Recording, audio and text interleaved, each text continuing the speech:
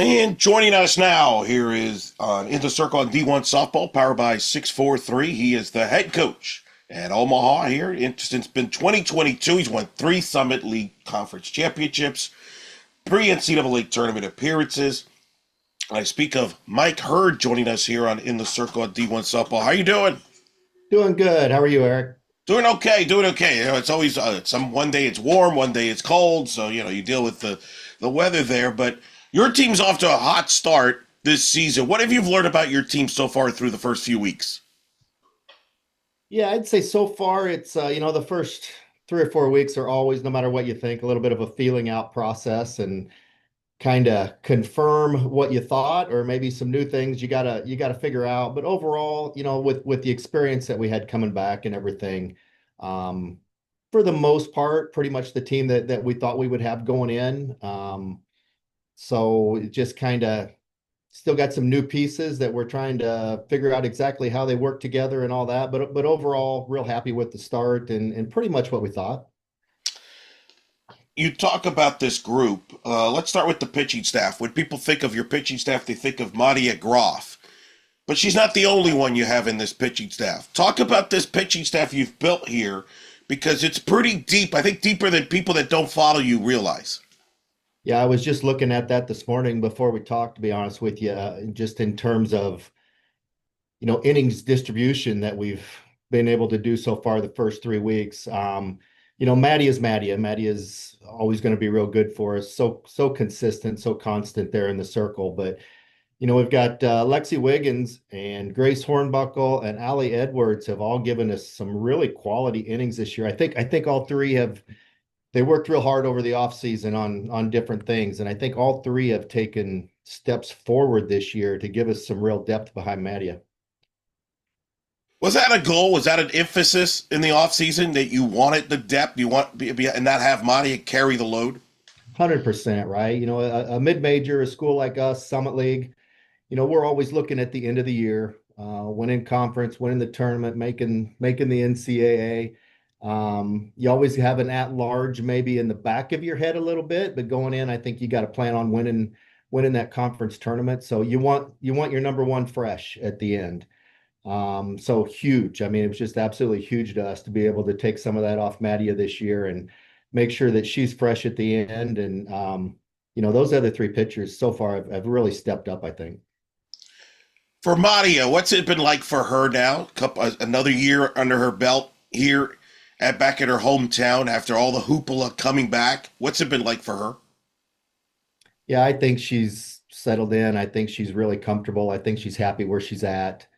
We sat down in the off season and just talked about, okay, how'd your last year go and what do we want this year to look like? And I think every year a pitcher has to reinvent themselves just a little bit. You've got so much scouting and so much of that goes on these days. It doesn't take long for teams to kind of get a beat on you a little bit. So we came up with two or three things that we thought, okay, let's try to get just a little better at this and maybe add this and still the same pitcher, but maybe can throw a few little different things at you to make her a little different this year than she was last year. And I think she's done that. There's a couple of things that I think have stood out the first 2 weeks, and um, I think will pay dividends toward the end too. Her sister's hitting pretty well. That's the Yeah. other part of it. The combo there. She's off to a great start hitting. What have you seen from her sister? Yeah, the hitting numbers, everybody can look at those and see those. She's our leadoff hitter. And man, she just battles. She finds a way to get on base for us. So awesome leadoff hitter. But it's easy to look at the hitting numbers, but I think what Rylan brings behind the plate is just as, and maybe even more important than what she brings to us offensively. She calls the game. Like we allow her to call the game for our pitchers. Does an awesome job with that. Receives the ball well. Pitchers are just so comfortable throwing to her. So I think what she brings back there is even more important than what she brings to us offensively, honestly. Now, one of the pieces you also have on offense is Taylor Satlicek, 486, 5 home runs, 19 RBIs early on at one point here during the season. How has she fit in this offense? It's clearly, spoilers, fitting in well, it seems like. Yeah, fit in well, right? That's a pretty easy answer there. She fits in well. She just brings so much. She's got power, but she's also she gets to two strikes and then she can battle and she can find her way on base. And I don't know how many walks she has, but she has a ton of walks that you throw in there too. So huge part, we lost our main power threat, probably our best hitter last year. We were looking to replace Sid Thomason on that. And Taylor has just stepped in and really been a huge part of our lineup there. Who are some other players that maybe is under the radar nationally that is contributing to your offense and defensively? Yep. First one I'm going to mention is Mara Kramer, our center fielder. She is, if you go watch her play, she is just absolutely elite in center field. I think she's started every game for me since her freshman year. She's a senior now. And man, she is just so good defensively that I think it gets underlooked a little bit. The other thing with Mara, you go look at our stats, and I don't know, she's probably batting around 300. But honestly, she's been one of our top two or three hitters this year too. She's just been a little unlucky. I mean, all of her outs, it feels like have been squared at someone and just has really good at bats. So not just defensively, but this year she's stepped up for us a lot offensively and been one of our top two, three, four hitters this year for us. As a program, you have been one win away from a super regional. You've been knocking on the door. Is that something that you talk to your team about, or is that just because it was a different team, you don't bring it up? Yeah, we don't go back and talk about that too much, to be honest with you. I think our goals, we hope our program's in a spot where our goals are the same every year. We want to be a team that obviously gets there, but a team that can challenge once you get to a regional to make some noise. So I think that's always a goal. That's always in the back of our mind. But in terms of where we've been in the past and what this year's team is doing, we really don't go there a whole lot. I don't know that that's real productive, but I think the goals are the same. Let's talk about you a little bit. What got you into coaching softball? I had a daughter. Had a daughter. My track through this whole thing is a little bit unusual. I had a daughter and started coaching her in club ball and fell in love with it and kind of went up the ranks with club ball and then had an opportunity to coach a high school team here locally, had some success there, had an opportunity to coach at a small college, had some success there. And it was just, as luck would have it, had the opportunity to come here 5 years ago, I guess it is now. And it's just worked out. It's just worked out great for me. It's couldn't be in a better spot. It's just one of those things that just seemed like it was meant to happen, to be honest with you. So yeah, found the right administration, found the right school, and I think it's just a good fit. Take me through that process, how you got involved with Omaha. Because I remember when you got hired, I think some people were kind of caught off guard at first, like, wait, where does this guy come Yeah. from the outside, right? But obviously you've proven wrong. But just take me through that process and how it ended up being obviously a great fit for both sides.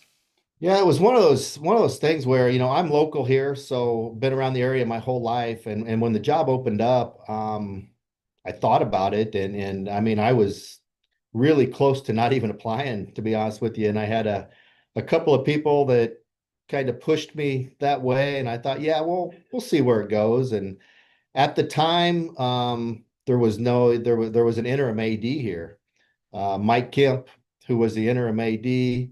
Um, you know what? He took a chance on me, to be honest with you, and I'll always appreciate that of him. He took a chance on me and gave us a shot. And then shortly after I took the job, um, we hired our current AD, Adrian, and you never know exactly what you're going to get, right? When you get it, and it's been perfect. I can't be thankful enough to Mike for giving me the shot, and then Adrian supports our program and our team so well.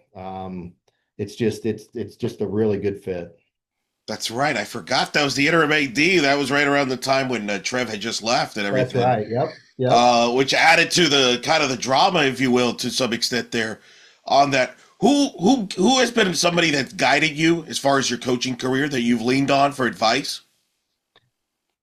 I'm gonna kind of give you the sentimental answer here. My dad was a coach.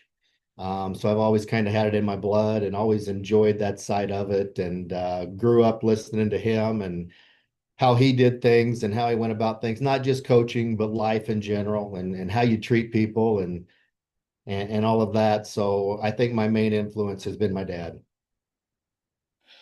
What's the key to being successful in Omaha, in the state of Nebraska? It's a big, obviously, it's becoming a state for softball. You're competing against schools like Nebraska and Creighton, etc. What's the key to having success?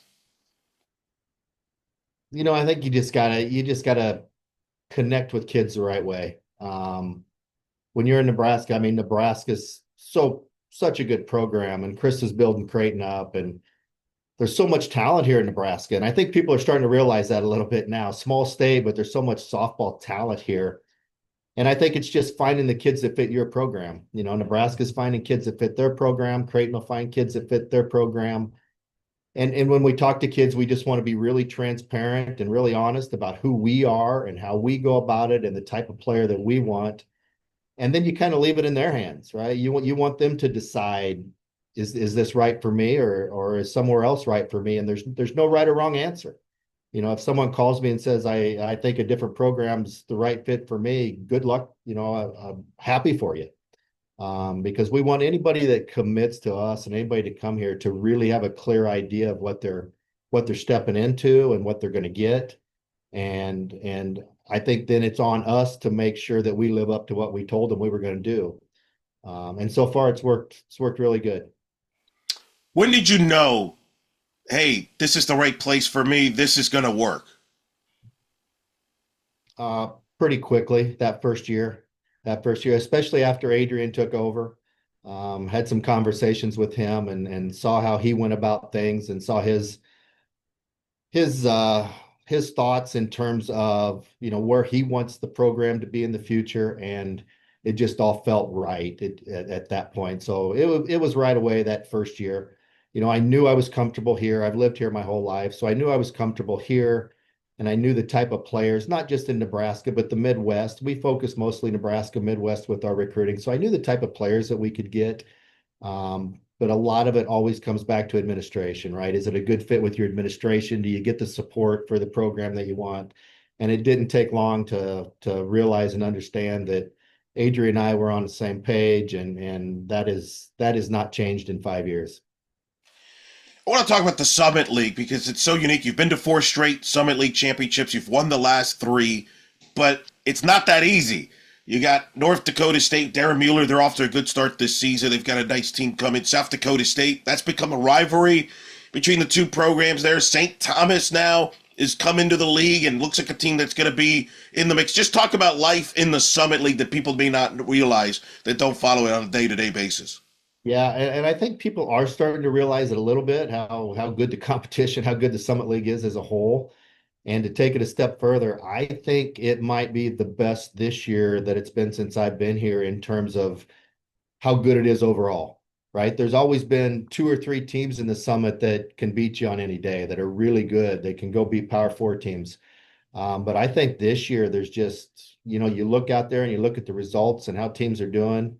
There's not an easy series to be played out there. So it's going to be a challenge when we get there, a challenge that we welcome.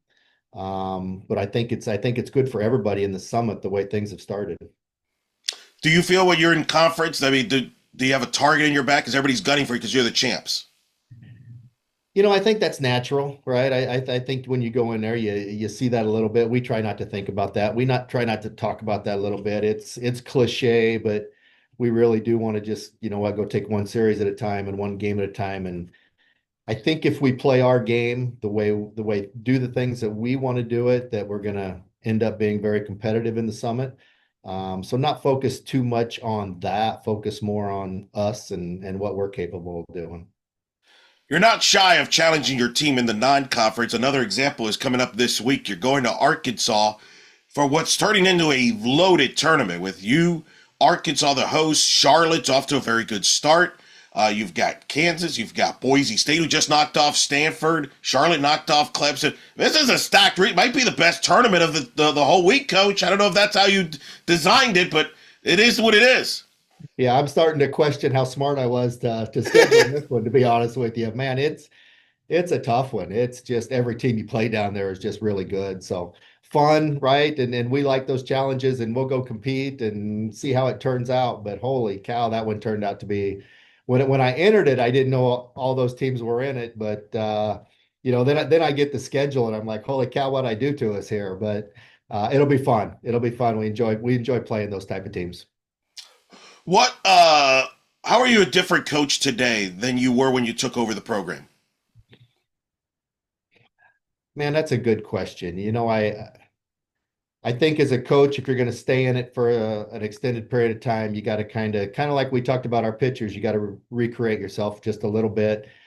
You got to change with the game. Hopefully I spend the time and I do that. I'm probably um, I've tried to grow in terms of um, allowing the athletes to be themselves a little more. Right? That's one thing. We talk a lot about being a player-driven program, and I think if you're going to continue to say that, you got to live it too. So a lot of the coaching that we do, honestly, is sometimes you got to step back and you just got to let the players be themselves. You got to let them be free. You got to let them have fun, but also expect them to compete and have some intensity there. But if you do it right, hopefully the players do that themselves. Hopefully they drive themselves doing that. So I almost see myself more as guiding the process and not driving the process, if that makes sense, and allowing the players to really have a huge part in what we do. You look at the landscape this year, the NCAA tournament is going to see 32 teams. I only bring that up because I remember the year in Missouri, you were clearly, blatantly underseeded. You were put as a four, and the reason you were put there is because of geography. Right. Do you like the fact that we're going to 32 seeds and we're trying to stop just being based on regional and based on the field, or would do you have what's your thoughts on going to 32 seeds? Because you've seen it from both ways. Yeah, I think it's awesome. I think it's awesome, and it's part of the growth of the game that I think is good. I think eventually they'll get to a point where they're seeding all 64, to be honest with you. I don't know exactly when that'll happen, but I think at some point that will happen and probably the right thing to do. But I think it's a really good first step in terms of fairness to everybody out there. Describe the facilities you have. You mentioned the support you have from your administration. Describe the environment around it, because the fan support has grown, increased since you've arrived there. Just talk about the support you've gotten from the fans, the administration, and the facilities you've got. Yeah, I really appreciate the fans and the support we get. I think our average attendance has continued to go up every year. We get really good crowds that support our players. So appreciate that. In terms of our facilities, I think like a lot of the recruits that come see us are a little surprised. Power four level facilities, to be honest with you. Our field is just it's awesome. The stadium that we have is awesome. And I don't know if you've seen it, but it was just announced about a month or two ago that we've got some expansion. Adrian, again, has continued to support us, and we're building our locker room and some coaches' offices and some different things right there at the field now, which will really complete everything that we need. Right now, the locker rooms are offsite a little bit from the field, but as soon as next year, we think that will be done. And we'll just add that piece that we thought we were missing, and I think we'll have, there'll be no excuses in terms of facilities. It will be a high level facility. I did see that. I was hoping you would bring it up because I'm fascinated by how that all came about. Did you bring it up? Did they bring it up to you? How involved are you in that process? No, again, I'll go back to our administration. They are so good about supporting us, and they saw it right away. They saw it right away. So when the field was built, our field's only, I think, 5 or 6 years old. It was built right the year before I came. So I guess that'd be 6 years. So we do have a new stadium. And originally in the plans, there was, all of that. And of course, how budgets work sometimes. Some things got cut when it was being built. So our administration, they saw that right away and they knew we needed it. And to their credit, they've been working on that since day one. And it obviously that kind of thing takes some time, and they continued to put in the work and got it done. It's fully funded. It's ready to go. We'll be breaking ground on it pretty quick. So it's the last piece of what we need, to be honest with you. So excited to get it. How and do you? And it's I can sense in your voice you realize that doesn't happen everywhere. That this is a place that not everywhere takes care of softball programs. Do you realize that you're at a very unique place, special place that they're actually taking care of softball, and that's a priority? 100%, 100%. You're out there and you travel different places and play different teams. You get to know other coaches and talk to them. And like I said, it was pretty clear year one, once Adrian and his staff was hired, that okay, I think this is going to go in the right direction. And they did nothing but back that up and prove it. But when you're out there and see what's out there and talk to other coaches and the support they get, it just makes me feel very grateful to be where I'm at. And yes, I do fully understand that not everybody gets it, and it's very much appreciated. I love the fact there's in the schedule, there's a home and home. You and Nebraska have a home and home. You and Creighton have a home and home. Talk about that from the growth of the sport in the state. Everybody knows they love volleyball in the state of Nebraska. It's well documented. But it seems like you and Coach Ravel, Coach Creighton, you all have an emphasis here to grow the sport of softball in the state of Nebraska. It's like a sleeping giant with all the talent, which you all have on your rosters, but the fact you're all willing to play each other home and home. Just talk about that and how important that is for the state. Yeah, very fortunate that the coaches that we have here, everybody just gets along really well. And I think all three coaches see the big picture. And that's something that we openly talk about, is that it's good for the teams because it's good competition. You go play good competition, you get better. But I think everybody wants to do it for the state of Nebraska in terms of softball too. All of those games are probably completely sold out. So I think the fans around here and the people around here recognize that, and they come support it.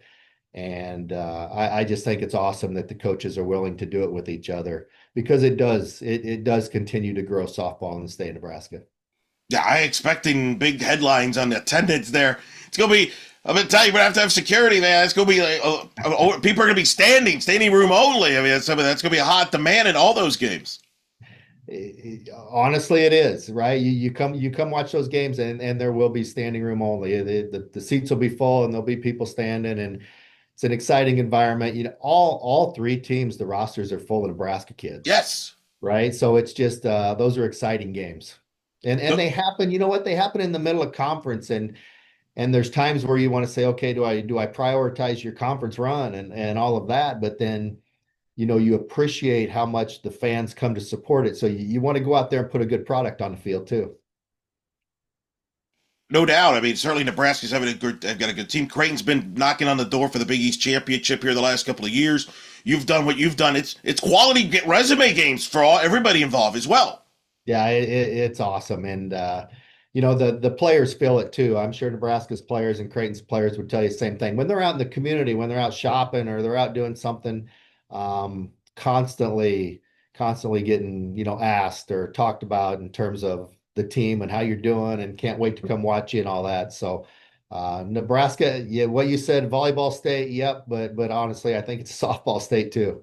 Oh, I think that's clear. That is clear. I mean, I would imagine it's going to be I just can't believe. I can't wait for those games where it's going to be electric. But there's a lot of games going to be electric in Arkansas this week. Moving forward, I'll let you go on this last question. What are a couple things you think you need to work on? There are going to be a couple keys for your team this season to accomplish your goals. One of the goals we had coming in, we felt like we needed to get better offensively this year. We've been the last couple of years, we've been really good pitching. We've been really good defensive wise. So we wanted to hold there and make sure we didn't take a step back while also making some improvements offensively. I think overall, we've done that this year so far. I think the key is when you go face those higher level pitchers, right? Can you compete? Can you find a way to generate some runs against the higher level pitching? So I think this run we've got the next couple weeks, we're down in Arkansas, and then we go play Nebraska for a couple games, and then go out and play BYU a couple games. So I think that'll really give us a sense of, okay, have we really made the steps forward or exactly where we're at so we can kind of figure that out going into our conference run. But we're going to see good pitching every game. And I think that's what we need. That is Omaha head coach Mike Hurd joining us here on In the Circle on D1 Softball, powered by 643. Coach, appreciate you taking the time to talk to us. You've been on the bucket list to get on the show, and I'm glad to have been able to do that. I know you're busy, especially during the season, but I really appreciated your work and the great job you've been doing at Omaha. Good luck the rest of the season, and we'll certainly do this again down the road. But thanks for taking the time to talk to us here on In the Circle. Appreciate it, Eric. I appreciate what you do. I appreciate what D1 softball does. I think that's great for everybody.